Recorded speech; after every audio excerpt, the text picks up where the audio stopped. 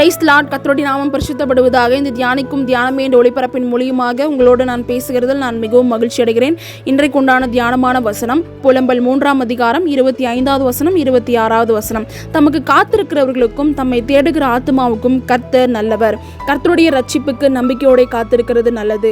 இந்த வசனத்தை நம்ம சற்று தியானிச்சு பார்த்தோம்னா அநேக நினைக்கலாம், என் வாழ்க்கையில் ஒரு நல்ல காரியம் நடக்கணும், என் வாழ்க்கையில் ஒரு பலன் கிடைக்கணும்னா அதை என் ஆண்டவர் மாத்திரம் தான் செய்யணும், என் ஏசப்பா மாத்திரம் தான் செய்யணும். நீங்கள் நம்பிக்கையோட காத்திருக்கிறீங்களா? நம்பிக்கையோட காத்திருக்கிறவங்களுக்கு ஆண்டவர் சொல்லுகிறாரு, கர்த்தர் நல்லவராகவே இருக்காரு. அது மாத்திரம் இல்லாமல் 31வது வசனம் சொல்லப்படுது, ஆண்டவர் என்றென்றைக்கும் கைவிட மாட்டாரு. நீங்கள் ஒருபோதும் மனம் தளர்ந்துடாதீங்க. நீங்கள் எப்படிங்க காத்திருக்கீங்களோ அதை காத்துருங்க. குறித்த நேரத்தில் அதை கரெக்டாக ஆண்டவர் உங்களுக்கு செய்வார். நம்பிக்கையோடு அவர் மேலே விசுவாசத்தோட ஆண்டருடைய வார்த்தையை நீங்கள் படிங்க. அதிகமாக அவர் மேலே விசுவாசத்தோடு இருங்க.